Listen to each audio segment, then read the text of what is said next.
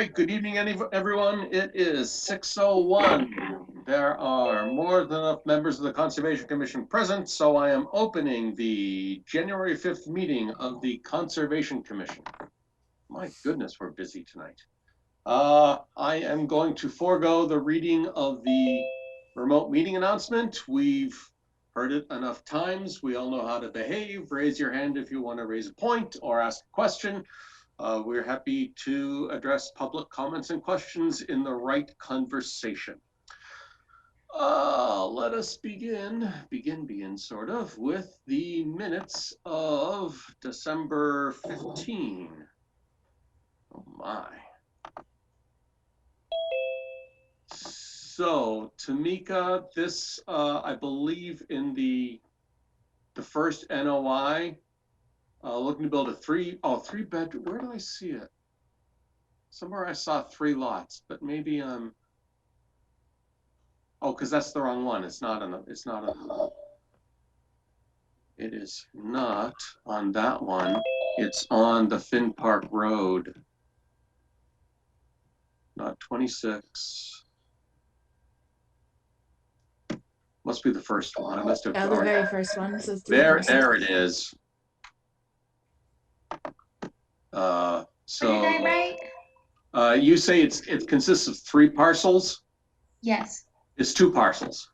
Okay, I will fix that. Thank you. It sounds confusing because it's, as described to me, a parcel and a half and another half parcel, but however you word it, it's 2 parcels that are being, that will, via planning board action, be combined into one.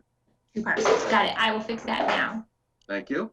That's the only thing I saw. Were there any other comments or observations about the minutes from the commission?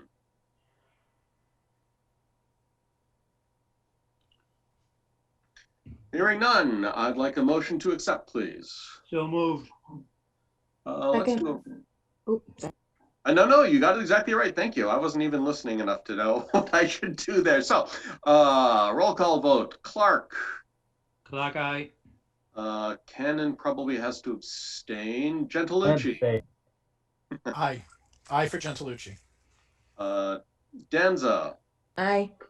I think it's just me. Crane, aye. I think that's all 4 of us who were here last time, right? That's right. Mm-hmm. Great. All right. Then moving on from the minutes. I'm happy to say we have no submissions. We'll see how quickly we can move through tonight's agenda. Do you have a time for your thing, Jared?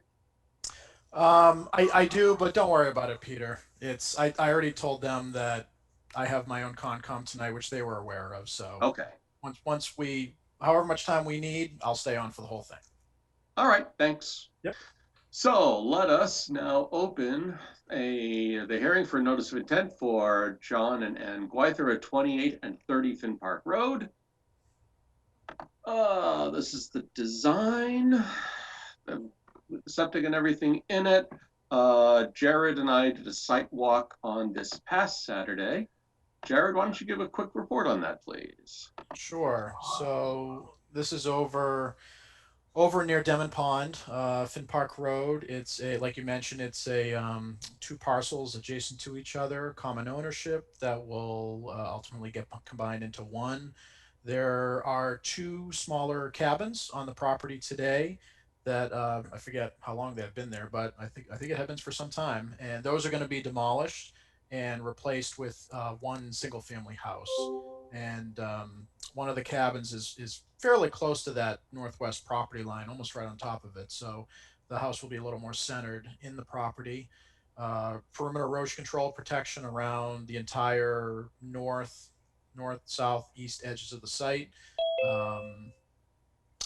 There are a couple of structures down near the pond. I think 3 structures down near the pond that all are existing. All will remain as is. And I believe it was everything below the retaining wall would basically remain as is, and then it was just uphill of the existing retaining wall is where the bulk of the work will happen. Yeah, as shown on the plan, the well is up near the northeast corner of the property.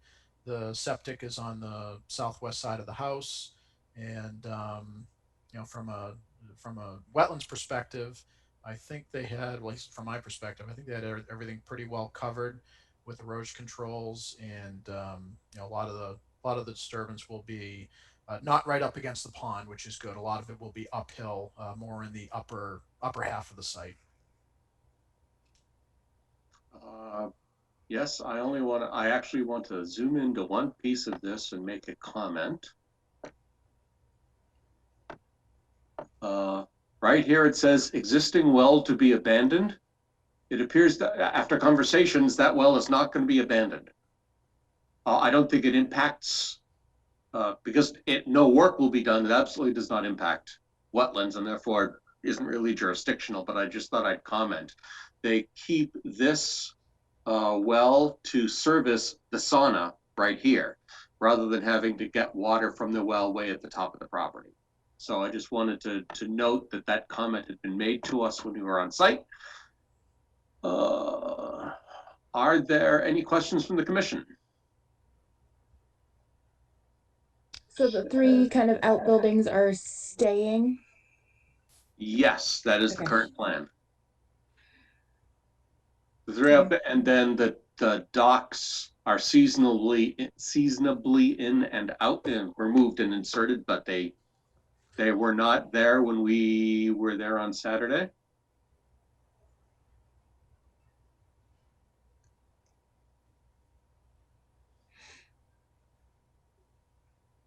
Are the two existing cottages shown on here?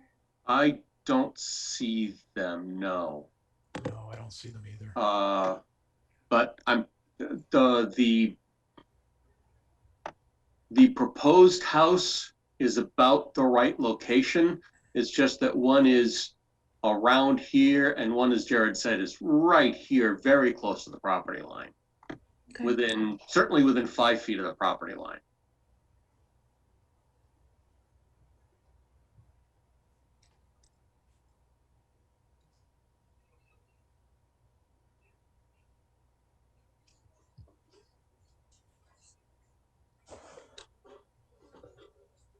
Okay.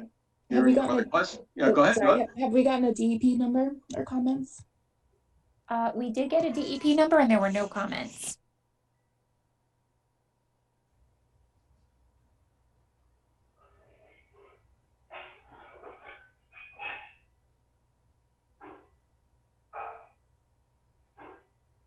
When you guys went out there, were there any larger trees of note that might be saved?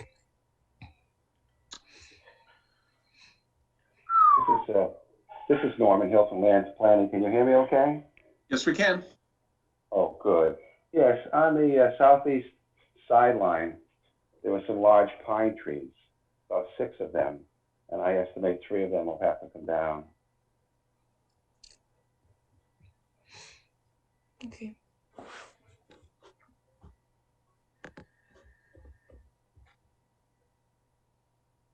Norman, did I get the basic location of the current house correct when I described it? Yes, you did. Yeah, and Jared gave a nice overview. These were 2 lots in the Gwithers family since around the 1920.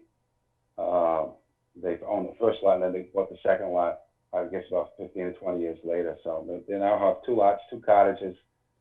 They're quite old, not in good shape. It's time to take them down, put up one new house.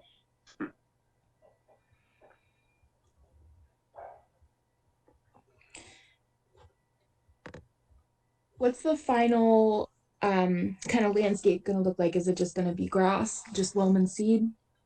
Yes, yeah. There's an existing retaining wall just below where the septic's going to be built, probably 15 feet downhill from the septic. That retaining wall is going to stay as is, and everything from the retaining wall to the lake will be undisturbed. That's currently lawn. It's not a great lawn. They probably only mow it every other week, and they don't fertilize it. But it's sparse, but it's stable. And then the septic will create one level field on which they could have a nice lawn there. And then around the house, they're going to have one as well. But it's not the kind of neighborhood where people have immaculate lawns. They just stabilize it, and a lot of there's a lot of shrubs and mountain laurel throughout this area. So it's, it's pretty rustic. Is the erosion control before or below the retaining wall? The proposed well is all the way at the top of the hill, near the street, the proposed No, well. the retaining wall. Oh, the retaining wall. Oh, it's about 2/3 of the way down the hill. Just Yeah, below so the septic. is the erosion control going to be in front of it or behind it? Actually, we put erosion controls in front of it and behind it. We come down from the very top of the hill, left and right on both sidelines, down to that retaining wall. We curl in, and then below the retaining wall is another row of siltation controls. Oh, okay. It's that really faint line. Got it.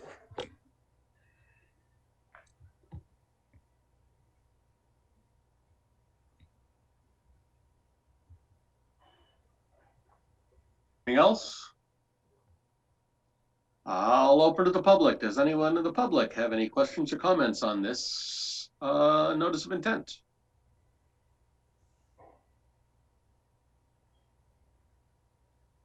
Hearing none.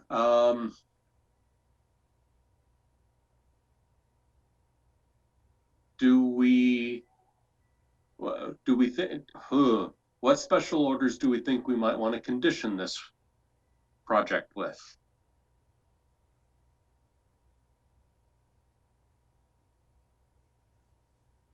Might be nice to carry over the one we had from the other Finn Park Road regarding the diameter trees, larger than, I forget what we put as a minimum, shall be reviewed and approved by the commission, but I know that was mostly just towards the water line. So I don't know how much that might be relevant here, but might be worth considering. Hey, Norman, the everything below the retaining wall staying as it is, right? You're not doing any work down here, right? Nothing. No, Yeah. nothing down there. So you're not even seeding, you're not, the lay of the land and the walkway, I guess there's a little walkway here somewhere, isn't there? It's more of a path. It's not paved. It's just a path. Yeah. Right. Okay. Right, because you're right. In that other one, we were worried about all the trees that were over here. Yeah, Yeah, so in this, those will stay. Yeah, the trees he's talking about might have to come out are up here. okay, Correct. Yeah. I'm not really as worried about that. Right. I think that would be my main concern, just when there's work kind of more towards the pond edge. What's the distance from the pond edge to, well, either the retaining wall or the siltation barrier? I can't make out a distance here. Well, where you have the hand right now is right about where the retaining wall is, and that's about 45 feet. And the siltation control line is about 10 feet below that. It's very faint double line. You can see a very faint double there it line. is. Yeah. Yeah, and it comes down the hill a little bit, then across and back up. So it's like a double protection, just anything that gets by that wall will catch it. Right. But there's still no other work going on here, though. No, there's a little bit of grading towards the eastern side, but nothing on the west. Now, I did point out that this site, when I did the soil testing, was all good sand and gravel. So you're not going to have that high silt content where you have a worry with erosion. When it rains, it'll just go right into the gravel. Right. Peter, it's Tamika, if I may. Yes. Is the closest point to the wetlands the 45 feet? This is probably, this point right here is almost certainly the closest. Let me move that up a little bit.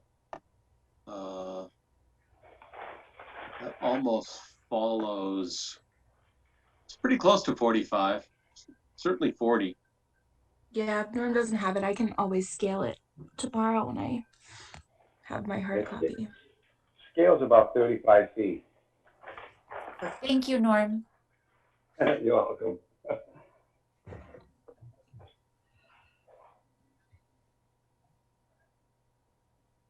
there's no work proposed below that lower siltation control line. That is as close as 35 feet to the lake. Right, okay. That's closest point.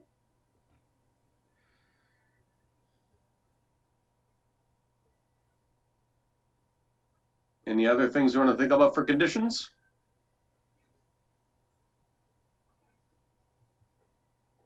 Is there a good reason not to, what am I forgetting that we shouldn't, that should cause us not to close this hearing tonight? Make sure, you want to be sure that they put in the siltation controls before they start work. Get those inspected, and that they Right, that'll all go in the orders. Yeah, that they record the order and put up the sign. Peter, there's nothing that I can think of. We have the DEP number, no comments. We can issue it within 21 days. So I think we're okay. All right, then I think I'll take a motion to close. So Motion. moved. Second. Roll call, Gentilucci, Aye. Clark, Aye. Danza, Aye. Cannon, Aye. Crane, aye. Okay, that one's closed. All right, thank you all very much. Everyone stay well. Take care. Thanks, you too, Norman. All right. All right, so this I'm going to continue the hearing for Markham and Railbag at 26 Finn Park Road. As I recall, we were looking for info, and Mark, you're here? I thought I saw you log on.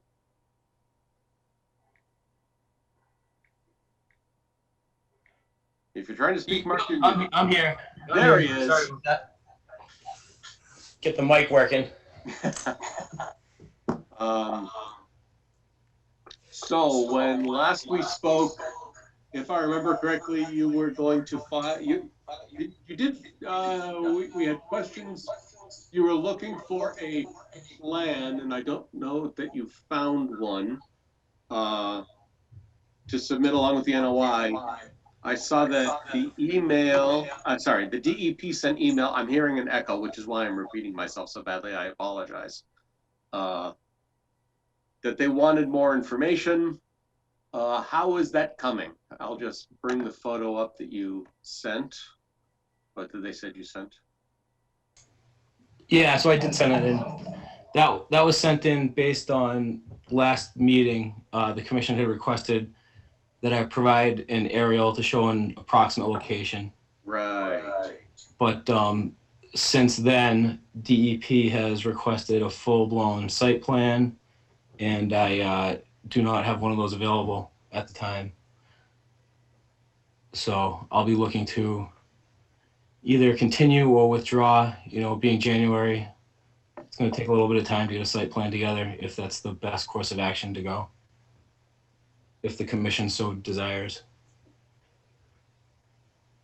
Yeah, I think that we knew there has to be an NOI on this, whether we like it or not. Even though the work's done, and even though we know it's done to our satisfaction.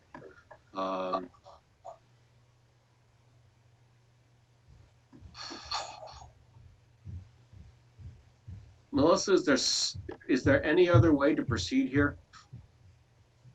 I don't think so. I mean, if the commission's fine with continuing it, keeping it on the agenda, it can be till one meeting as long as Mark tells us right before. We technically wouldn't even have to open it. We just state we're continuing it. It might be easier to keep track of than withdrawing and resubmitting, just for the paper trail and just so we kind of keep it on the docket. Okay, I don't mind continuing. It doesn't bother me at all. And then that way you don't have to re-notify abutters and put it in the paper again. No, the only reason I suggested withdrawing is because I'm going to be honest with you, it's going to take me some time to get the site plan together. I think as long as there's a conversation back and forth and the rest of the commissioners are fine with kind of leaving it on the agenda for a little bit. Yeah, we've certainly done that. I'd even be open to, if there's an easier way to muddle through the paperwork, instead of doing a survey and stuff like that, I'd be even open to some sort of enforcement order, if that expedites it, just to get it done. I think it would still, at the end result, still have the same aspect. Because Yeah. enforcement orders still will get sent to DEP and they'll just come back with that question. Yeah, that's what I figured. Okay, I figured I'd ask. I wish there was an easier way sometimes. If the work wasn't done, you know, maybe then it could have been done with an enforcement order, possibly, depending on the circumstance, but we're kind of backwards. Yeah. Yeah, I understood. So let me ask this question this way.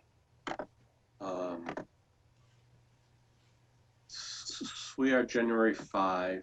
Do you think that likely you'll have it done for January 19, or would you like to push to February 2? I was thinking, to be perfectly honest with you, I was thinking late April. Oh, late April. Well, I mean, it's January. I don't know what weather's going to do. Well, that's true. You know, I still have to get out there and do the survey. There's no survey work done out there whatsoever.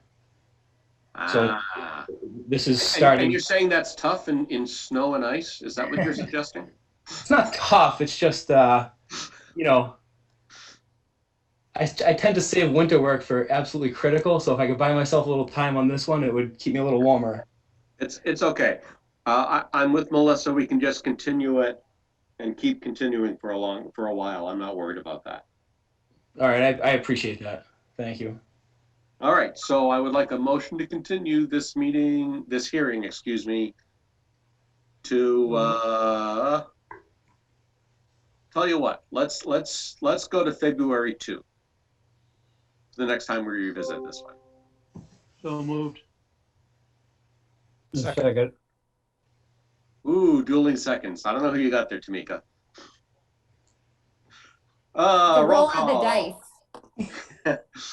Gentilucci, Aye. Clark, Aye. Denza, Aye. Kennan, Aye. Crane, aye. We're continued. Fantastic.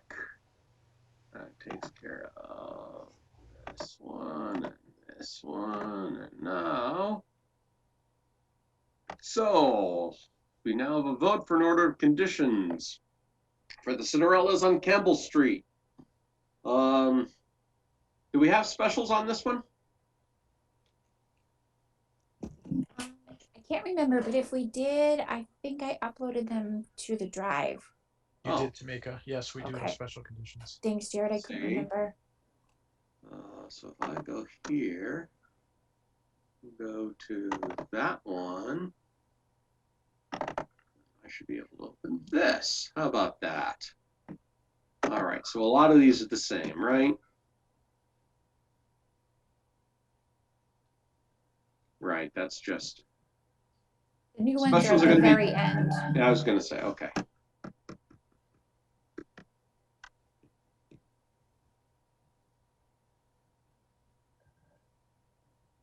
Oh, sorry, gotta do this. Alterations, looks like 40, oh yeah, 41. Wetland boundary markers shall be placed in the boundary wall prior to issuance of a certificate of compliance and remain in perpetuity. Location type and language of the marker shall be reviewed and approved by the Conservation Commission prior to installation. Fine. A silt fence and straw wattle shall be used as erosion controls. Okay. Oh, spare blank page. That's awesome. Any other thoughts or questions or comments about these orders?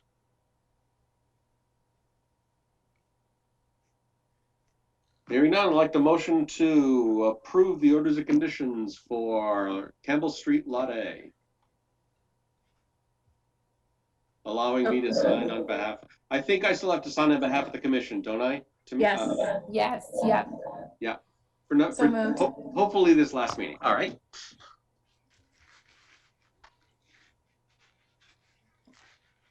Can I get a second? I'll second. Second. Thank you. There's support. Roll call. Gentilucci, Aye. Danza, Aye. Clark, Aye. Cannon. I'm going to abstain on this one, Peter. Okay. Crane, aye. That still carries.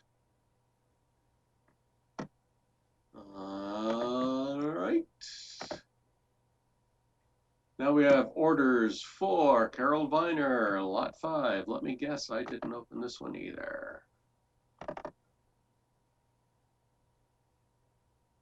Wait, do we know? DEP comments revised. I do not see an order of conditions. Tamika. I can't do the order of conditions till we approve it, but there were no specials on this one. That's There were why I no didn't spe- oh, upload okay. them. Yeah. All right. I guess that was I'm surprised because we find something usually, but okay. So lot 5 had no specials then. Does anyone believe we need specials on lot 5, which is that larger estate lot? I believe that's lot 5. I thought there was some about the replication area. Yeah, there should have been something about replication. Oh, not necessarily. No, because the replication was, well, they've already increased the size of the replication area. Right. They had For the 2 years though. Or was that the other lot? I couldn't. No, I think Let me search my email. I'll go check the minutes. I'm sorry, I keep getting all the lots confused. I can't. I know that this was the one, I believe, with the replication area, and then they submitted the revised plans last time, and you guys said that those were sufficient. Yes, because they also gave us the planting list.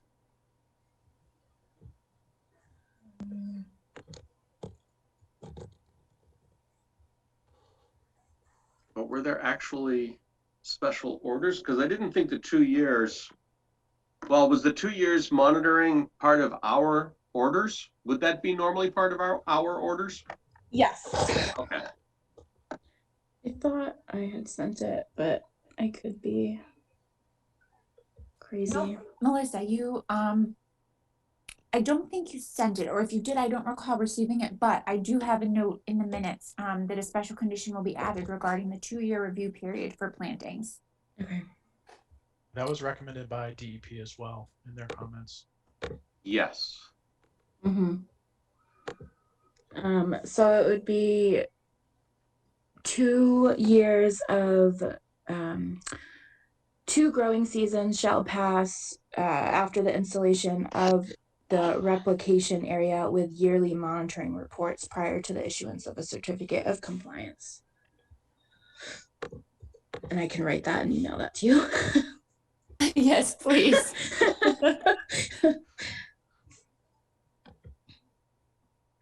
All right. Then that's going to be the only special. We've all heard it. And I think if the commission's okay with just putting a general statement that the applicant shall follow the restoration plan as approved, in the plans.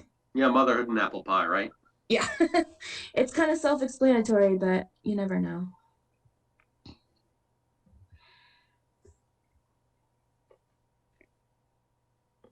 When was our last meeting? The 13th? I believe. The 15th. 15th. 15th. Yeah. So long ago. I know. I did them for the other 2, but I didn't do it for this one. Sorry. Melissa, you're so slacking. I know. I was even doing them during the meeting. I don't know what I did to myself, but that's okay. Okay. No, I think that was it though. Okay. We can go ahead and vote on that because we've just all heard them, and you're going to write them up and send those directly. Yeah, I'll do that right now. Sorry, Tamika. No, that's no problem. Yep, and I'll get those added when I upload the regular orders to the DEP.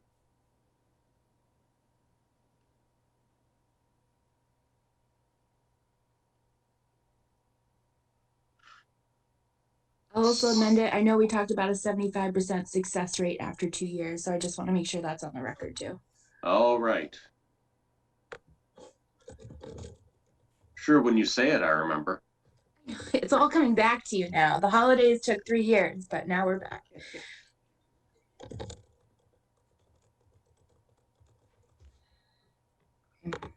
Those would be the only 2. And I'll make a motion to that point and for Peter to sign. I'll second it. Fantastic. Then let's go for a roll call vote. Gentilucci, Aye. Danza, Aye. Clark, Aye. Cannon, Aye. Crane, aye. Fantastic. All right, it's 6:30 and we're through all of that business. And now it's only our marvelous discussions. So where are we with our Glenwood Road concern?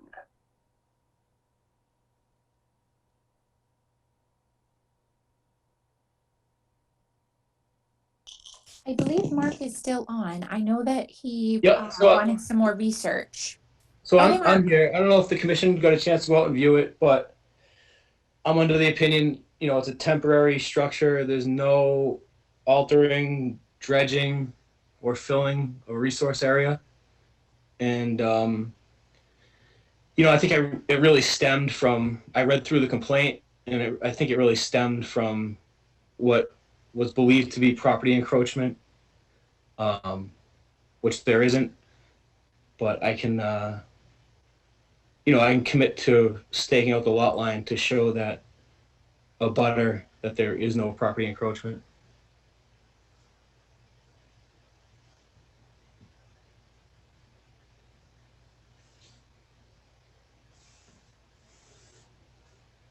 Comments from the commissioners?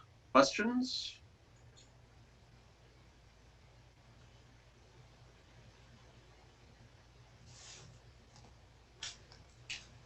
I guess I still have concerns with the structure aspect of it. Mark, I totally get what you're saying, that it's temporary. I don't know if maybe you'd be open for the RDA. I guess if the commission requires some sort of application for sheds or even porches in the outside of the buffer zone, I feel like something that crosses a wetland would need some sort of permit for the future. Even most seasonal docks, either the foundations in the ponds predate the Wetlands Protection Act, or they hopefully have gotten some sort of permit in the past. But I think something on some sort of level should be documented, even for temporary, so it's not a problem in the future. Well, it's totally temporary. There's no foundation, and it's sitting on logs that were found in the wetland. But I don't know if I want to go down the path of any sort of filing just to get dragged down that road.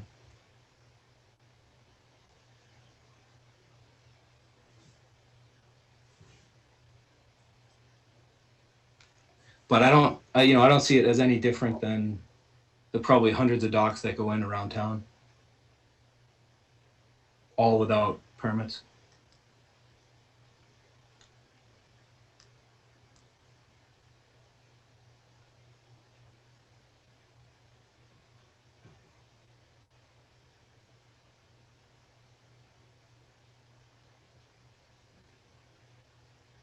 Okay.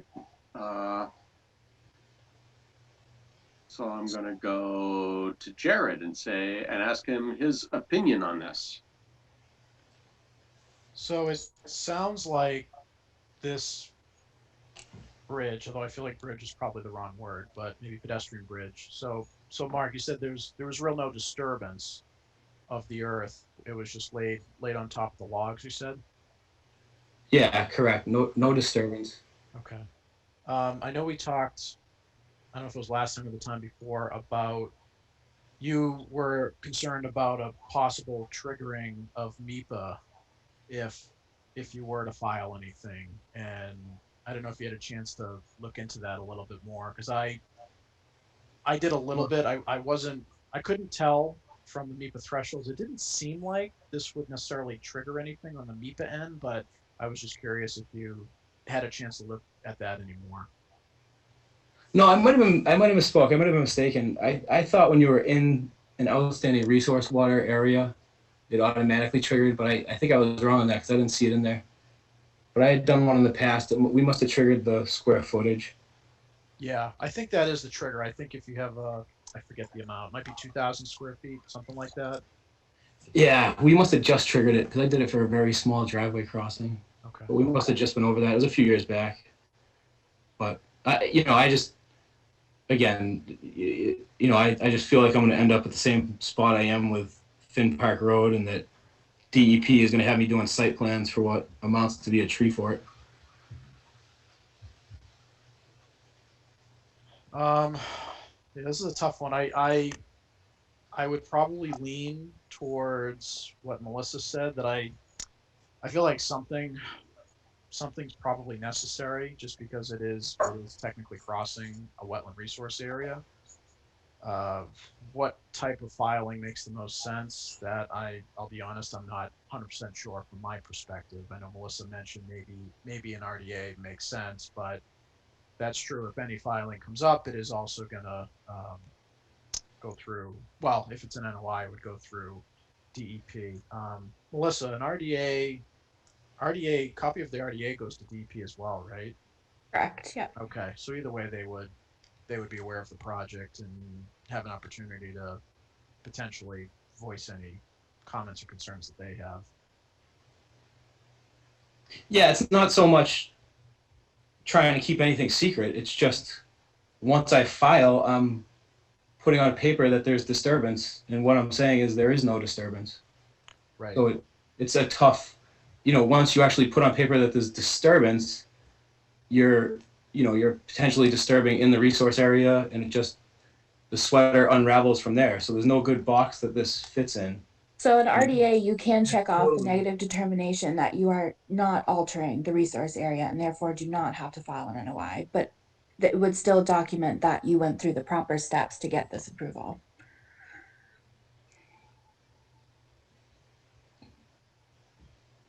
Yeah, again, if we think we really want to open that can of worms here over, like I said, this thing is more temporary than any dock in town.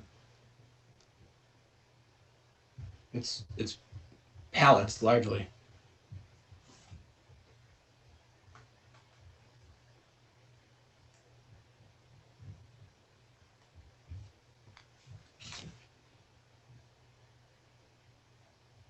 So Bill, I know you haven't been around for any of this discussion. So what's your opinion? Is this the bridge that's going over that swampy area? Yeah, just off Glenwood. So it's on, yeah, I don't know how many people have gone out to see it, but it's on Glenwood off the edge of the road between 188 and 186 Glenwood, or 178 Glenwood Road. I think, no, 188 and 184. Between 188 and 184. As you're facing your house, Mark, is it on the right side? Yeah, yep. Okay. Right by the town culvert. Okay, I've seen it. I've driven by it a couple of times. Skip mentioned it to me one time when I was talking to him.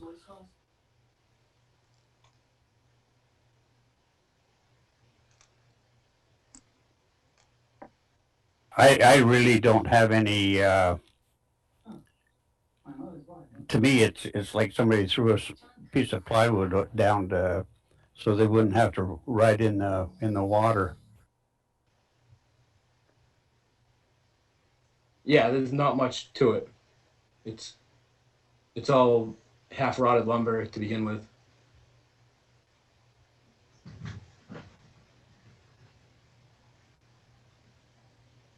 Well, we need to come to a conclusion on this.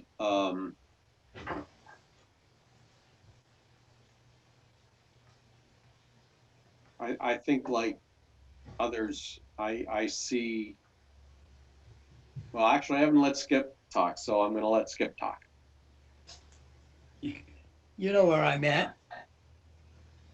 Well, you and I have talked a little bit. Share your thoughts. Share my thoughts. Yeah. Well, I personally don't think there's a problem with it the way it is, because no dirt was disturbed, nothing was disturbed whatsoever. And let's be real, in 2 or 3 years from now, the kids are going to be big enough and they're not going to be going down there even. It's a recreational thing for children, for kids. That's my take on it. And maybe I'm all wet, Mark, am I? Yeah, no, right on. All the neighborhood kids go down there. They love catching frogs. They're down there constantly. It just gives them better access to get them out of the street. That's a nasty corner. The guardrails are right up against the road. You can't walk behind the guardrails. There's no good way down there. But in the same respect, I wanted them to be able to enjoy it. And I got a 4-year-old that's all he does is catch frogs down there. So I don't know what to tell you, Peter, but my own personal feelings, I don't see anything wrong with it, because like I say, 2-3 years from now, it's not even going to be there. Yeah, it started out as rotted lumber. It won't even make it lumber. It's used plank that's half rotted now. And it's pine. Please tell me it's not PT. No, it's pine. It's actually used footing plank. Oh, wow. Okay. So it's pretty well not a long lifespan.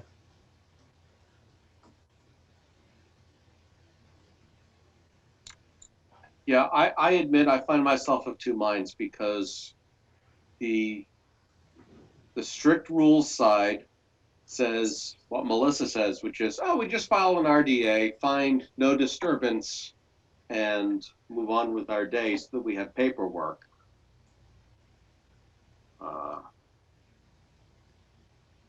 And the flip side is, of course, Mark, as you point out, the number of things that go on that we never permit because we never hear about them. And this is only raised because this only came to our attention at all because of I'll just say neighbor dispute. I'll sort of generalize it that way. Yeah, and not only a neighbor dispute, but anonymously it came to you. The person didn't even put their name on it.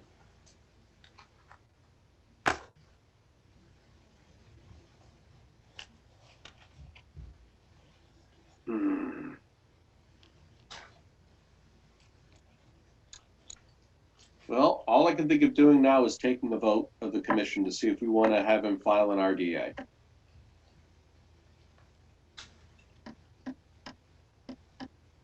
So let's do a roll call. Gentilucci. So what are we voting for, Peter? This is not a motion vote. This is a. Okay. Actually, we might as well make it that. I'd like someone to make a motion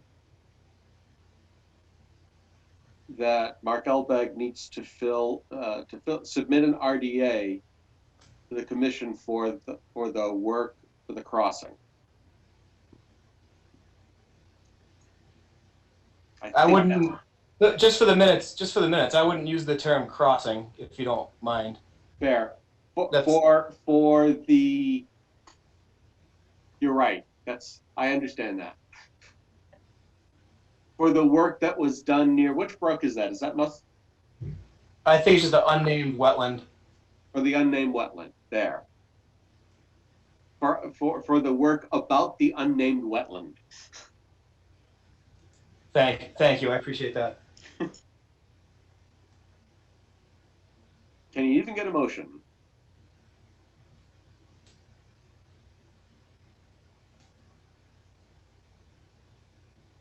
I'm conflicted. Yeah, so am I. This is hard. Yeah, like you said, Peter, I can see it both ways. It seems like such a minor thing, but per the regulations, it's something required. Maybe it's a tough one. It's kind of a very unique situation. And again, the commission, I feel terrible to put you guys in this position. It's not an easy position to be in. You're in this position because of an anonymous complaint, really because of what amounted to what was thought to be property encroachment, really nothing to do with the wetlands. I'll happily commit to the commission to stake the property line and show that there is no encroachment. And just about every other neighbor on the street has kids that use it down there. So I don't see a big risk here, if you will. You know, again, I know you're in a tough position, and I'm sorry. You're in this position because it is gray. That's certainly it. But if it makes it easier, I'll commit to staking the property line and try and just defuse the situation rather than escalate the situation. That would certainly help, Mark. I'll say that. Yeah, I'm happy to do that. I guess maybe a common ground would to be the commission could issue some sort of administrative approval with specific conditions.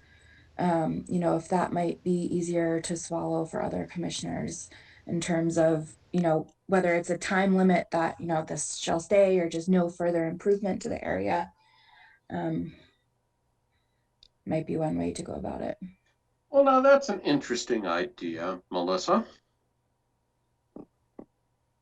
Sounds like an excellent idea to me, Peter. Yeah, I'm thinking. I like the ones you said, which is no improvement. I think, Mark, you can agree to that, right? Yeah, absolutely. And you know, no further work, and agree that the work that's there is temporary in nature. Right, and any further, you know, I guess if there are improvements, then an application shall be submitted to the commission.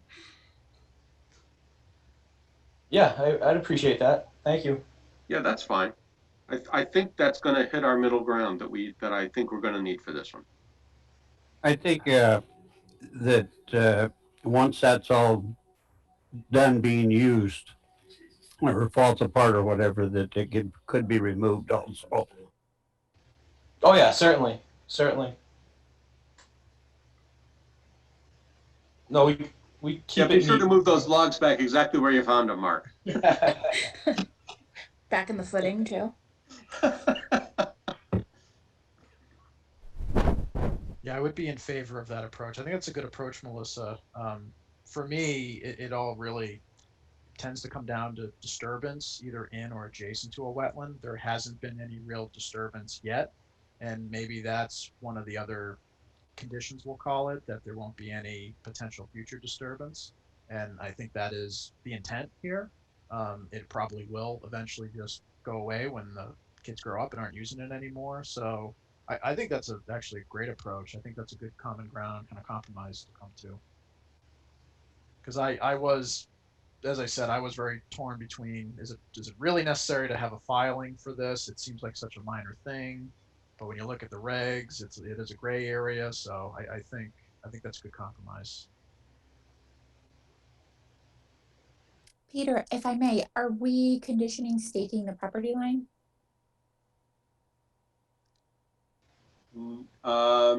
Yes, we'll add that condition. Since he's already agreed to it, I don't have a problem. Yeah. No, absolutely. Well, yeah, absolutely. Just to play devil's advocate, Peter, do we need to add that condition since it's not really a wetlands related item per se? Just, again, playing devil's advocate. You can add suggest. Yeah. Yeah. I mean, I think it's a good idea just to alleviate if that's that. where the issue comes from.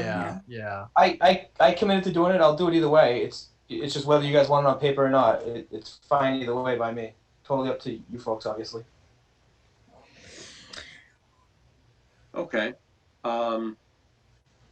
Melissa, Peter, can you go ahead? You were going to say? Sorry, I don't know if Tamika was about to say something. I'm sorry, I didn't mean to interrupt you.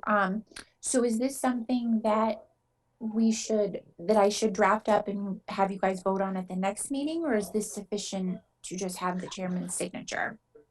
I think we should draft them and approve them at the next meeting. So we've got a couple that we've talked about now. I'd like you all to think about the conditions that we would reasonably want to impose on this not in the wetland, but that's not the crossing, and email those, and we'll finalize those next meeting. And Mark, would you be willing to kind of make this I don't want to say a formal agreement, but like you sign kind of an acknowledgement. I think that way, you know, it's kind of part of the record. I know I've done this for kind of a quote unquote violation in the past, that when they agree to disagree, like, okay, these are kind of the stipulations that we're resolving to. Yeah, I'll just want to see the document, obviously, but Yes. I don't see a problem necessarily with that. Okay. Yeah, this is going to be closer to an ACL, an administrative consent order, than a set of conditions, right? Right. It's just kind of agreeing that, like, yes, no further disturbance will happen. It's temporary. You know, if something does, or if we need to do improvements, then we will file in the future. Okay. Yeah, fine on my end. Yep. Yeah. It's just, I guess, to make sure that you receive it, if anything else. All right, so let's finalize this. Let's get any more ideas to Tamika, and she'll write them up. We'll have them ready to review and approve at the next meeting. All right. Thank you, folks. Great. Thank you, Mark. Would you like me at the next meeting, or are you all set? Totally. Tamika Sure. will get you a copy of everything at before the next meeting, Okay. and that way you'll know exactly what we're going to discuss if you're not here. All right. Perfect. Thank you. Thank you, folks. Thank you. Bye, Mark. Bye. Have a good one. Happy New Year. You too. All right. Potential wetland violation at Glenwood Place. Okay, I'm gonna take over. Normally I have, so Jared and I went for a walk on this recently, and instead of having Jared give the report, I'm going to give the report. All right, so let's place ourselves. There's Glenwood Road that splits at the end to Glenwood Place and some other road I don't recall. Glenwood Place, we should be, we may or may not have all heard of. This is, unless I'm mistaken, the flagpole is right here, which was the previous end of the accepted public way. At a couple town meetings ago now, this section of Glenwood Place was accepted by the town. And then since then, Glenwood Place extension has been at least made passable.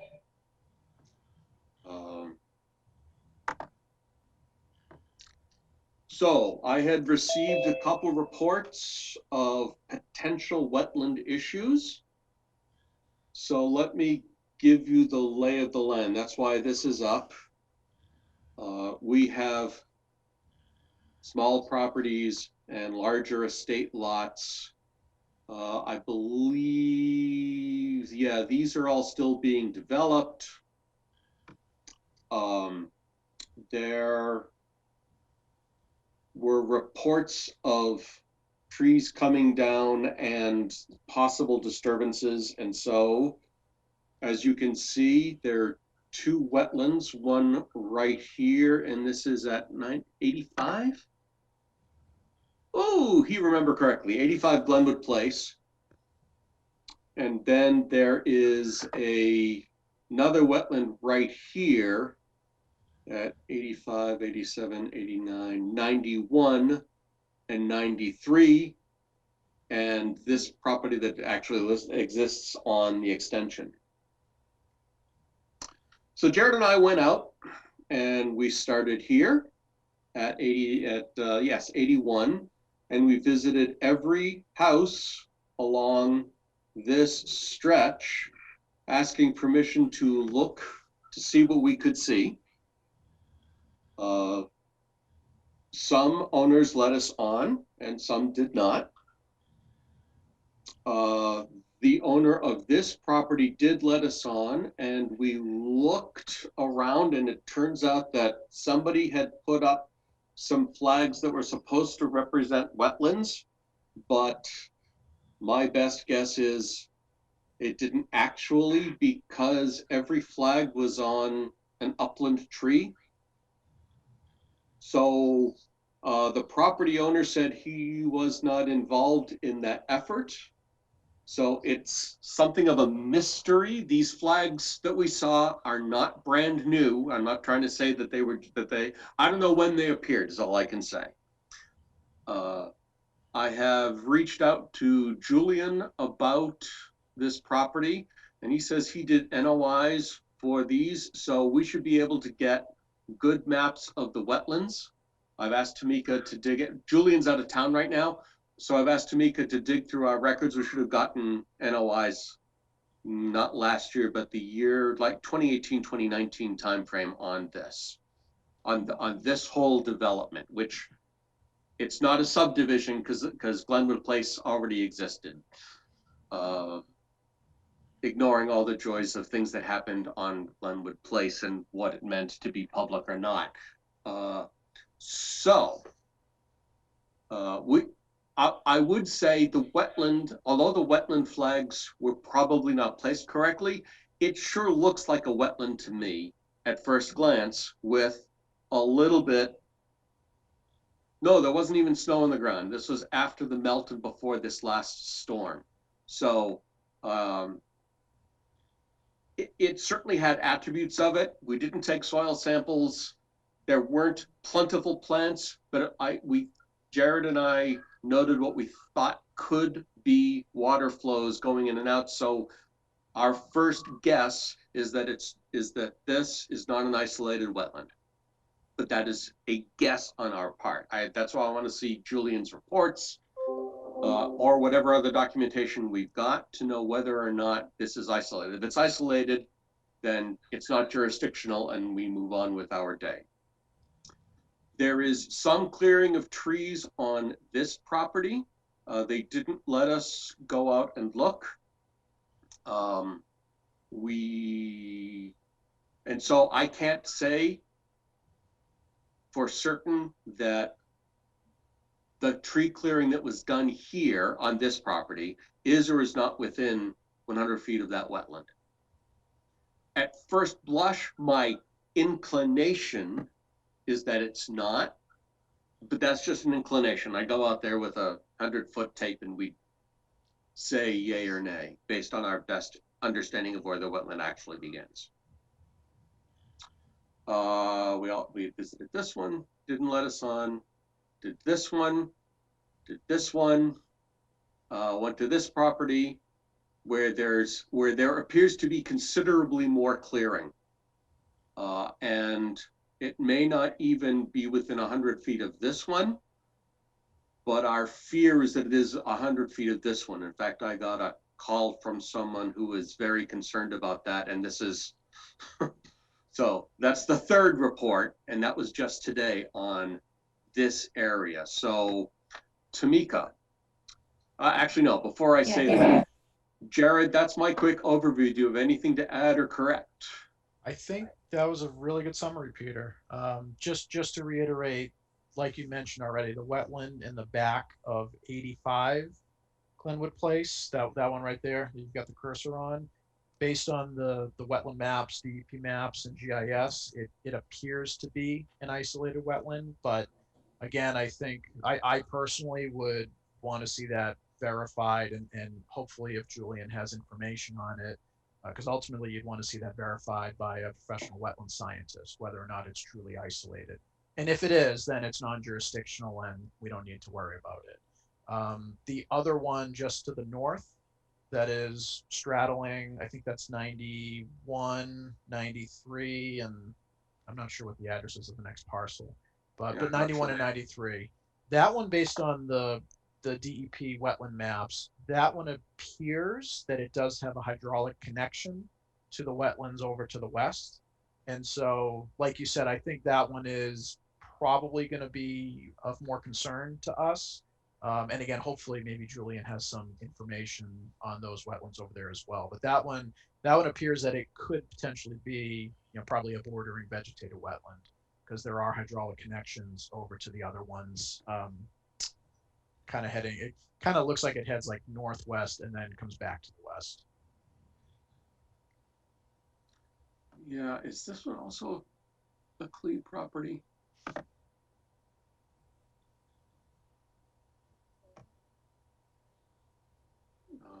Right, so,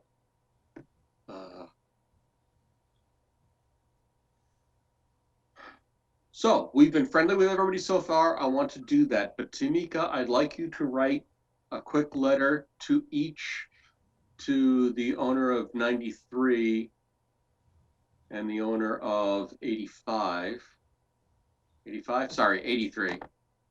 Peter, I think it's 83 and I think it's 91. I think you're probably right, because 81, 83, 85, 87, 89, 91. Right. Yeah. And we might want to see if somebody owns 93.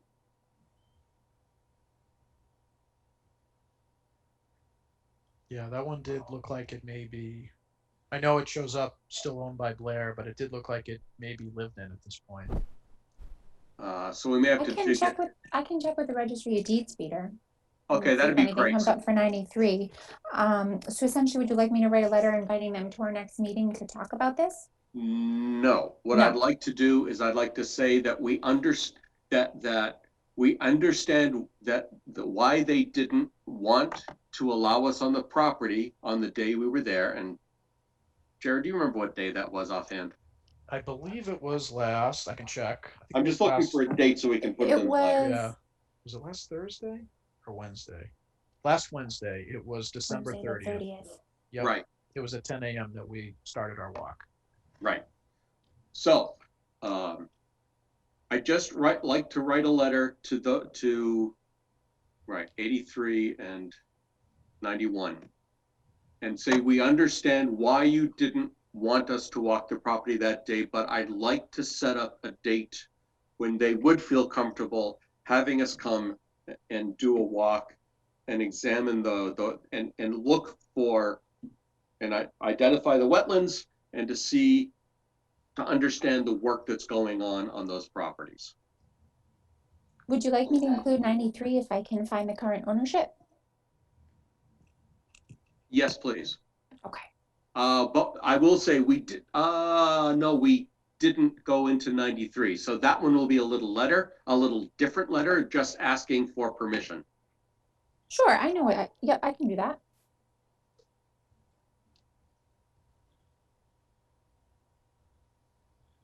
And that way we'll do our final, well, hopefully final.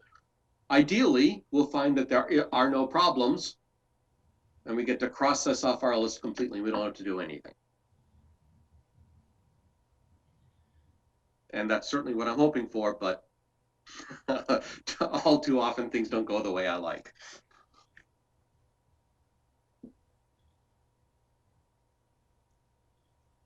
Does the commission have questions or comments?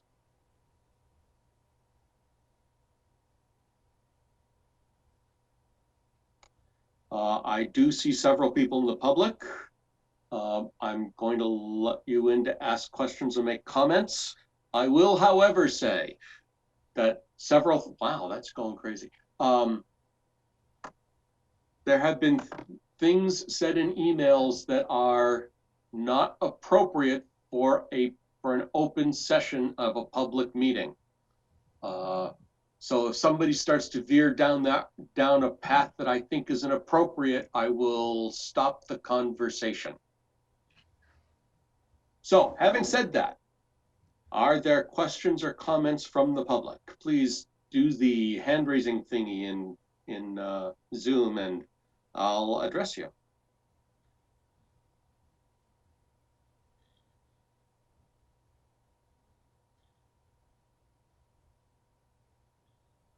I think that's a good enough count. Okay, so hearing nothing. Hello? Excuse me? Hello? Yes. Oh, I can't They see raised anybody their on my hand. screen. Did they raise their hand? Because I didn't see it here in the raised hand thing. I don't know. how to do it on I here. raised it on my screen. Sorry. That doesn't help you any. I'm sorry. Oh, I thought. Yeah, I'm used to people using the raise hand feature. There's a button somewhere on the Zoom controls that lets you raise your hand. Oh. Oh, That's what I was looking for. So All right, so let's start at the top. I have someone identified by screen name Parker. Would you please identify your name and address, and then you can ask your questions and make your comments. Sure, it's Parker and Sherry Rowe for 83 Glenwood Place. Yes. I had actually had some back and forth with Tamika. I had sent over the GIS map with dimensions showing that the wetlands on 85 are at the very least 170 feet off of the property line. And I know I had kind of gone back and forth, and what we had walked away with was that there was no further concern with our property. So we're somewhat surprised at the conversation tonight. I don't remember. So first, I have not seen whatever you sent to Tamika. Okay.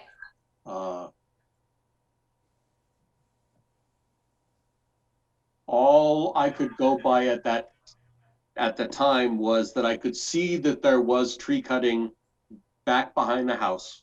Yes. And we didn't have any, for lack of a better word, measurements. I sent over, so shortly after you guys left, I sent over a picture of the actual Rutland GIS map with the dimensioning system from the GIS map with all of that information, and the response that I received back was, thank you for reaching out. I'll pass this along and welcome you to join our next meeting. To which I said, is there a concern that will be raised over our property at the next meeting? No, there has been no concern raised over your property, and you're by no means obligated to attend.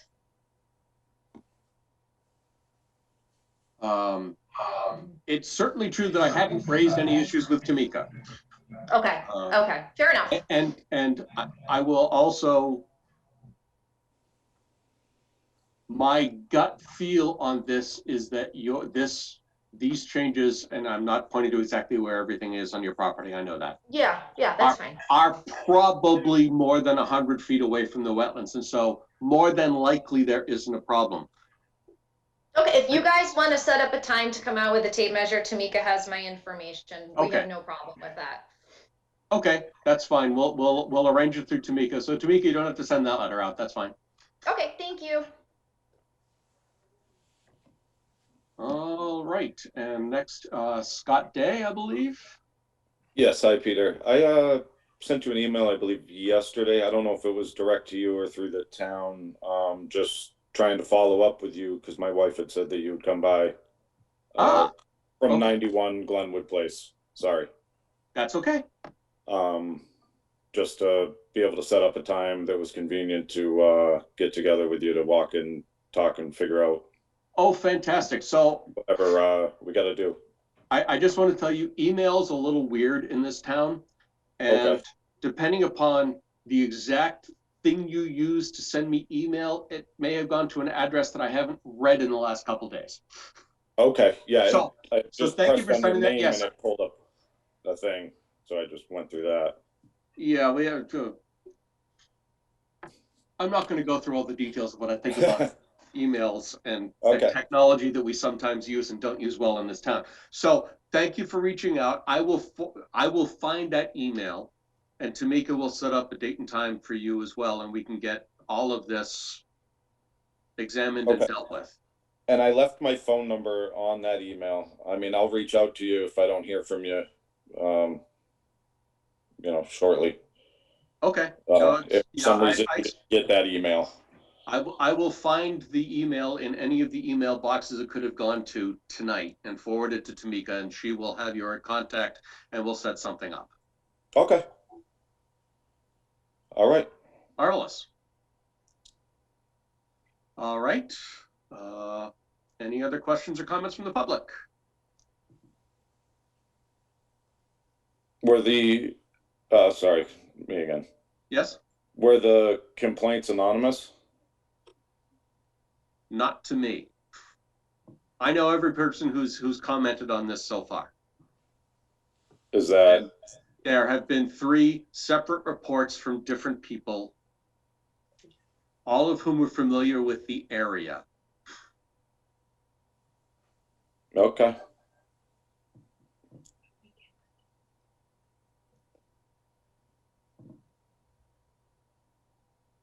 Okay, any other questions or comments on this before we move on? Thank you all for coming. I appreciate it. We'll set something up. We'll get the walks and our measurements done, and we'll see what's left to do from that, if there's anything at all. All right? Okay, thank you very much, Peter. Thank you. Have a great night. Moving on then.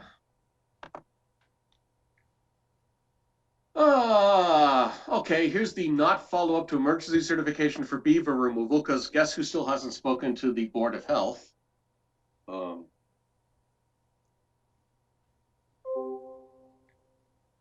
Yep, that's right there. No, still on my list. Man, I did not get nearly as much done as I was supposed to over Christmas break. But I'll get to that. In fact, I can go uptown and I'll talk to people directly tomorrow rather than doing emails. And that way I'll know what's really happening. I may send an email to the commission giving a status on what's going on. Questions? Peter, do you want me to leave this on the agenda for next time? Yeah, we'll do it one more time. Because if I do in fact sign the order for me, then we'll need to take a vote from the commission to make sure that we all agree that it's okay. You know, the stuff we should have been doing this time if I had remembered everything.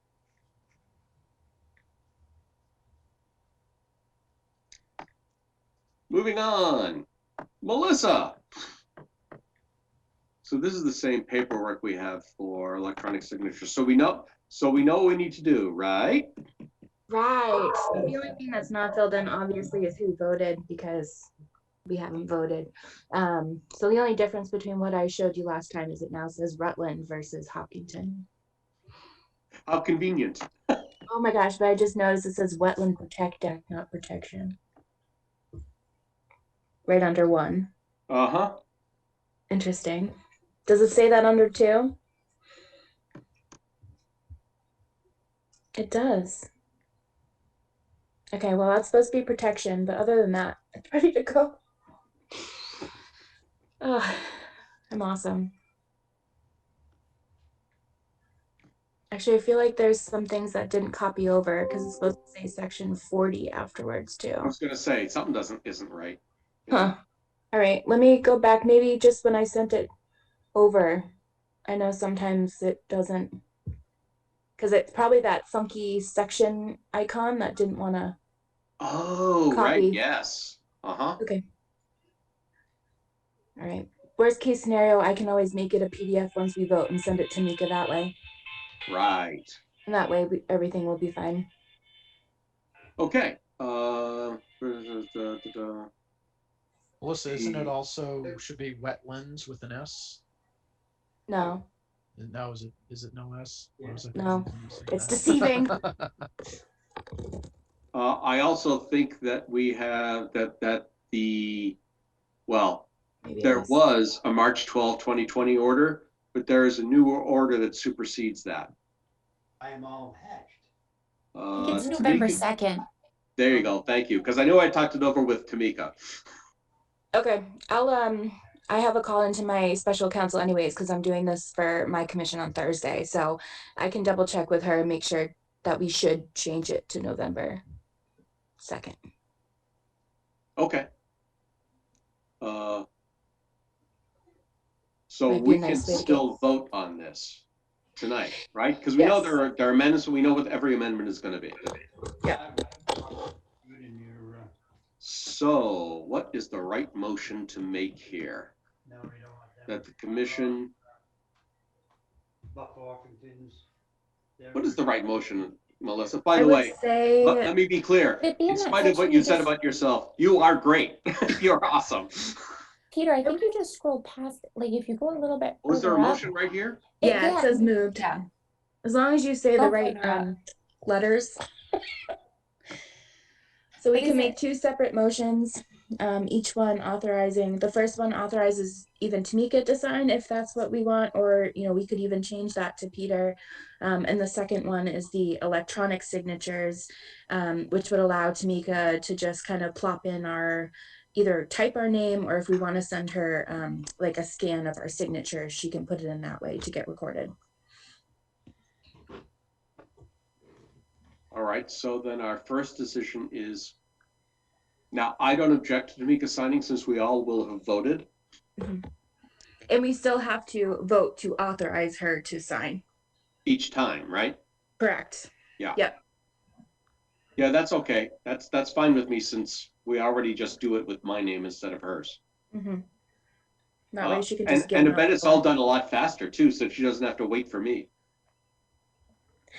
100%. All right, so who would like to make the first motion here?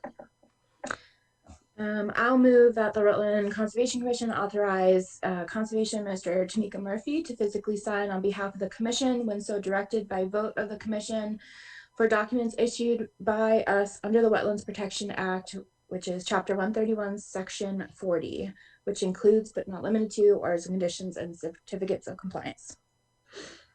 Second. There we go. Roll call. Gentilucci. Aye. Danza. Aye. Clark. Aye. Cannon. Aye. Crane, very aye. Okay. So who would like to make the second motion? I will move that the Conservation Commission recognizes and accepts the provisions of Massachusetts General Law, Chapter 110G regarding electronic signatures for permitting and compliance documents, and that its members will henceforth execute such documents either with electronic signatures or with wet signatures, and that both will carry the same legal weight and effect, and the statement applies to permitting and compliance documents issued by the Commission under the Wetlands Protection Act, General Law, Chapter 131, Section 40, including but not limited to orders of conditions or certificates of compliance. Second. Roll call. Gentilucci. Aye. Danza. Aye. Clark. Aye. Cannon. Aye. Crane, again, so aye. Do we need to document who voted for it in this paper, or let me ask the question differently. What is our process from here on out for this? So I will make those changes and get that back to Tamika. She will sign, and then Anita or Assistant Town Clerk Damien needs to certify the true test copy. Mm-hmm. And then I think Tamika said she already had the process down to send it into the registry. So once that's done, moving forward, all she has to do on the signature page is either put her signature or electronic, whatever we decide, and then just reference the book and page of where it's recorded. Okay. So, Tamika, you can get a check cut in the same account that the MAC address, excuse me. Wrong industry. What the MAC dues came from. Okay, the only thing I still need is your signature on that form that I emailed you for Dan, and then I can give that to him so he can cut the check for me. I will print it out and sign it and send it to you. And bring it to you tomorrow. Okay, that's fine. That works. And you'll take care of the rest. Yes. This is very exciting. It's the little things in life that get I'll tell you, I'm feeling the power right now and I kind of like it. Your name is going to be recorded forever. Well, since Tamika's probably the most powerful member of this commission with everything she does, I mean. I think she rules the town at this point. I feel that Melissa is Mr. Miyagi and I am Grasshopper and I will do you proud. I have no doubt. Using, of course, the crane technique. Yes, absolutely. Cobra Kai just happens to be on my TV right now. Synchronicity. All right. Oh, I knew there was something I forgot to open. Anything else on commission signatures and certification of votes and all of that? Do we need to supply our wet signatures to the registry, Melissa? We do not. That's the only document they need. I Okay, think planning board has to for just verification of like A&R documents and stuff. right, because they get signed. Yep. Yeah, okay, They're more fancy than us. good for them. All right, moving on. Open space and recreation plan. So,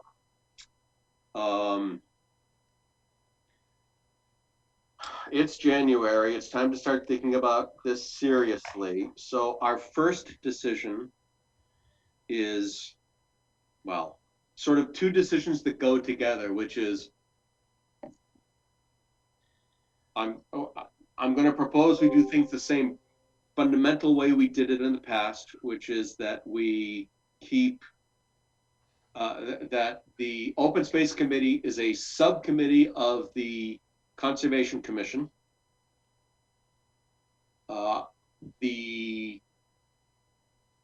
the Open Space Committee last time was the full Conservation Commission plus some members at large. So the question before that I'd like to at least get an answer that we want to decide tonight is how big should the Open Space Committee be and how many members of the Conservation Commission should be on it? And therefore, I guess, who else do we think should be on the Open Space Committee besides Concom and some at-large members? So let's start with that. How many members of Concom should be on the Open Space Committee? One I need other. 3, okay. I would say And 2 or 3 to keep it under the quorum so we don't have to post a meeting every single time. And Well, two Concom, well, that's true. Concom doesn't, but Open Space Committee still needs to because they will still be a public body. Yep. But okay. So 2 or 3. So how large do we want the committee to be? Now, the reason I asked that I said I should have opened this is I hadn't gone and found. I meant to open up. Zoom is marvelous. That's not the right place.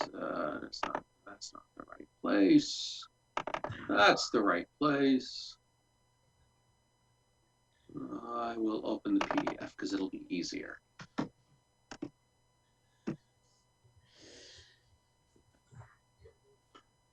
So 1, 2, 3, 4, 5, 6, 7, 8, 9, 10, 11, 12, 13 people. Well, Karen was our admin.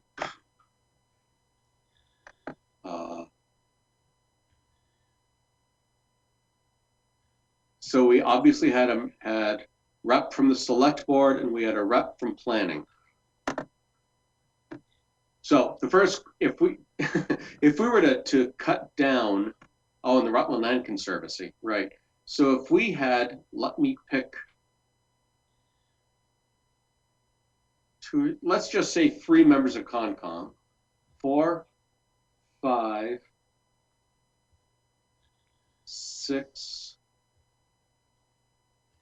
7 should be 7, 8. So if I just went with the same people from last year, which of course is silly, not last year, last time, that's about 8 people, which still feels like a big committee to me. I have no idea how we had this many people on the committee and we got work done. And you also don't want to run into quorum issues. The bigger the committee, the harder it is to meet. Yep. I think 5 people are plenty, Peter. I'm not sure that 5 is enough because even if we take Concom down to 2, we absolutely want Rutland Land Conservancy. I do believe that we want planning. Mm-hmm. Because if nothing else, the OSRP overlaps the master plan that they're starting to work on. Now, whether it's the planning board or the, what do they call it, the master plan steering committee that Melissa so wonderfully volunteered for in our last meeting. I was just gonna ask. I forgot what I signed up for. Well, I haven't heard anything. I didn't mention you. No, you haven't. In fact, I haven't formally submitted your nomination to the planning board for appointment to that committee. I'll do that at the next meeting. Thank you. It was a Um, nice holiday. It was. It was my And- gift. No, I'll leave that alone. So do we want planning board, explicitly planning board, or do we want master plan steering committee?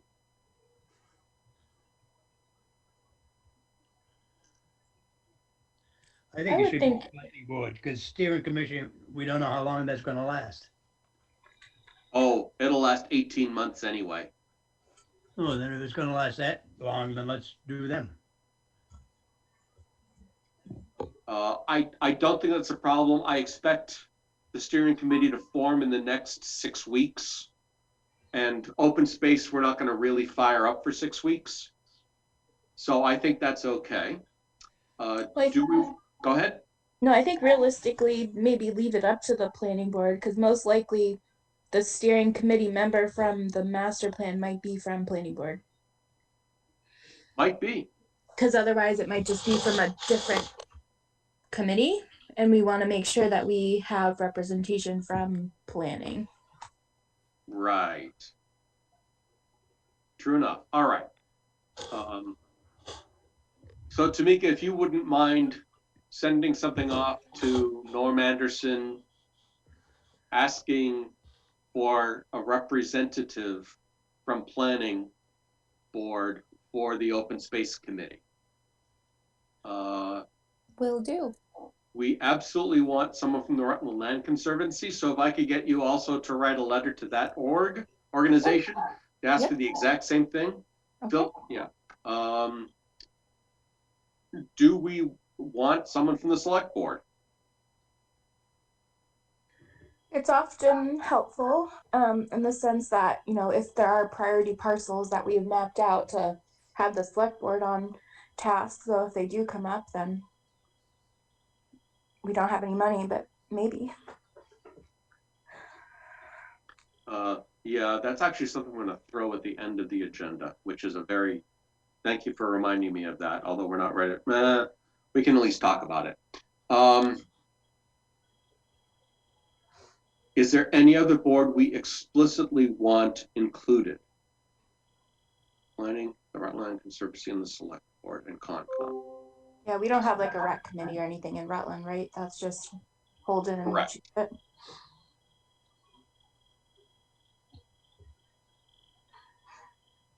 I mean, we do have a rec department and a director. No, Only, is she furloughed right now? right now, she's Yes, not yep. working. Yeah.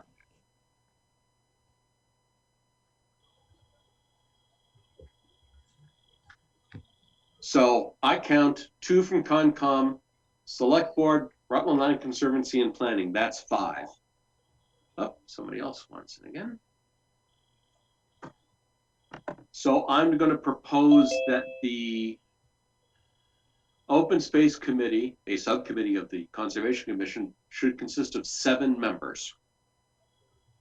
2 from the Conservation Commission, 1 from the Select Board, 1 from the Rutland Land Conservancy, 1 from the Planning Board, and 2 at-large members.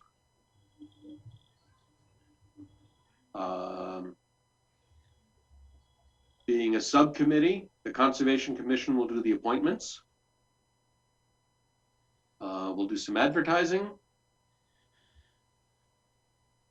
And in fact, we'll be in competition with the Master Plan Steering Committee, I think, but we'll see. Because I know they're about to start advertising for people also, for at-large members.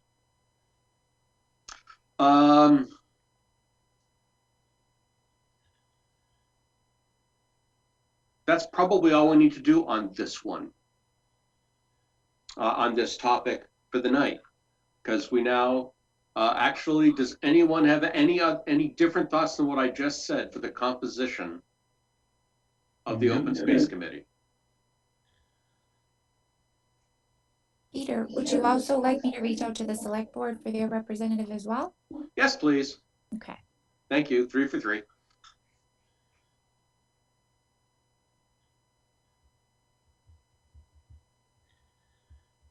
Me again, sorry. Yeah. If I may, I know that Dave George was going to be sending out letters as part of the advertisement for the steering committee. Maybe we could ask him if we could kind of use that as a template, and we could use that so we're not recreating the wheel and trying to get the at-large members. The first thing I would say is, why am I going to ask permission? Plagiarization is, or plagiarizing is nothing more than creative recycling.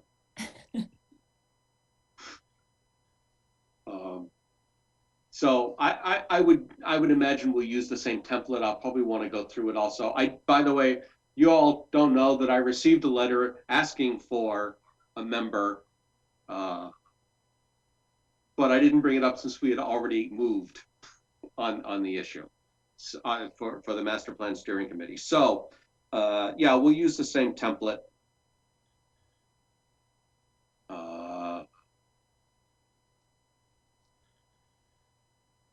And I don't think the open space committee need exist longer than 2022. I believe in, or I'll actually, no, that's not true. The work should be done within 2022, and from there, it's getting the approvals and the reviews done and documented as part of the plan. But that's it. As I say, I don't think we have anything else we need to decide tonight.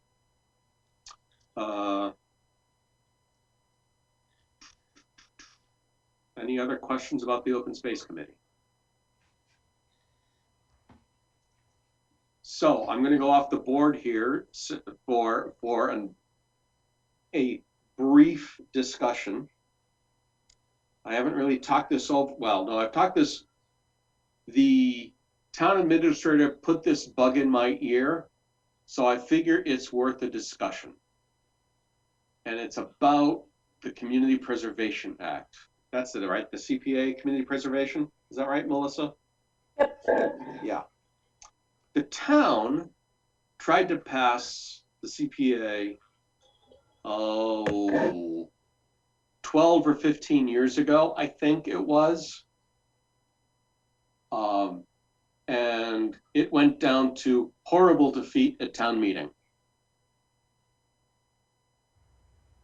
The biggest objection was, now, again, this is from my memory, so bear with me if the details are all wrong.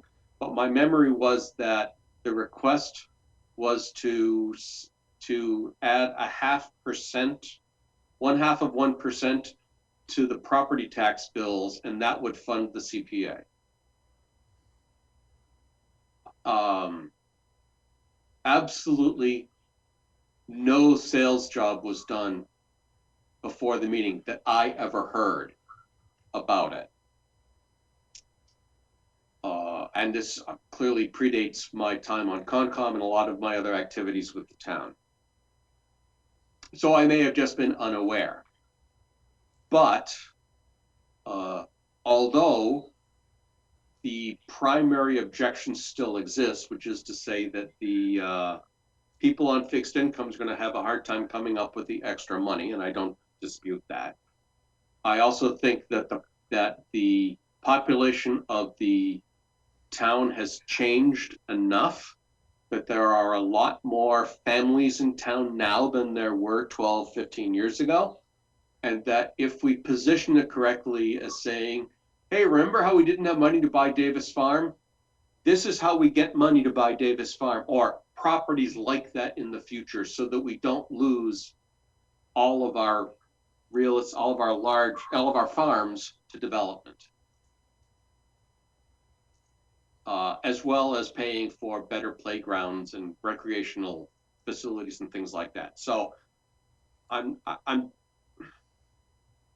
haven't discussed this with anybody on the select board.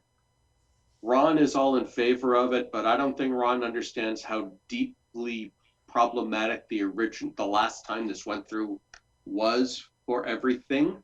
So I don't know what's going to happen with it. I'd like everybody to think about it a little bit, and next time I want to have a better discussion about whether the commission wants to support this, an effort like this or not. And if not, no harm, no foul, we move on. And if so, we'll talk about how we'll publicize and advertise and get the town in, hopefully more in favor of it than not. Questions or comments? Okay. Are there any other issues before the commission tonight? Peter, I just wanted to make sure that you guys received the town report. And just to see if you guys had any feedback on anything you'd like me to change before I send it over. I did receive it. I do have feedback. I just haven't sat down long enough to go through all of it. Next That's no couple problem. days. That's no What problem. is- I just want to make sure you got it. Yes. When do you want that by? Honestly, Laura sent out the original request for it back in November. And it kind of got buried down in my email. So they haven't said anything as of late. So I kind of just, hopped on there to get that taken care of. So I'd say there's no time frame right Yeah, but yet. sooner is probably better than later, because I know Yes. Laura wanted to get as much done, but since she's not here anymore, she won't. Yes. Yeah, but yeah, sooner is probably better than later because then we're going to be getting into budget season and all that good stuff. Right. Okay. So I will get to it in the next couple days, probably. It looks like 3 days. I'll get to it in 3 days. Sure. So by the end of the day, Friday, you should have it from me. No problem. Thank you. And did anyone else? Is anyone else in the commission confused by what Tamika and I are talking about?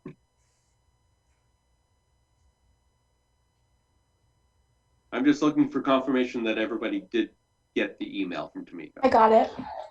Okay. I think it should say the amazing Tamika Murphy, but that's about it. Oh, thank you. Thank you. All right. Anything else? Public comment? There isn't formally a public comment time, but Dick, if you're welcome to join us here tonight. Thank you. The reason why I'd like to just bring this up is it's something that over the years I've brought to the selectmen and a lot of other people. Conservation meeting, I've been going over the minutes since 1985. I'm up to 99 or just 2000. And April 1st, 1986. And this is about Rutland State Sanatorium. And Carl Christensen came in with a letter or a discussion rather, for the project up there when Mr. Blair was taking the buildings down and trying to flatten the area out. There were some things that were left there on the conservation property. As a matter of fact, you can see it, yeah, right there, number 2. That there were some tunnels and building foundations and stuff like that was still left there.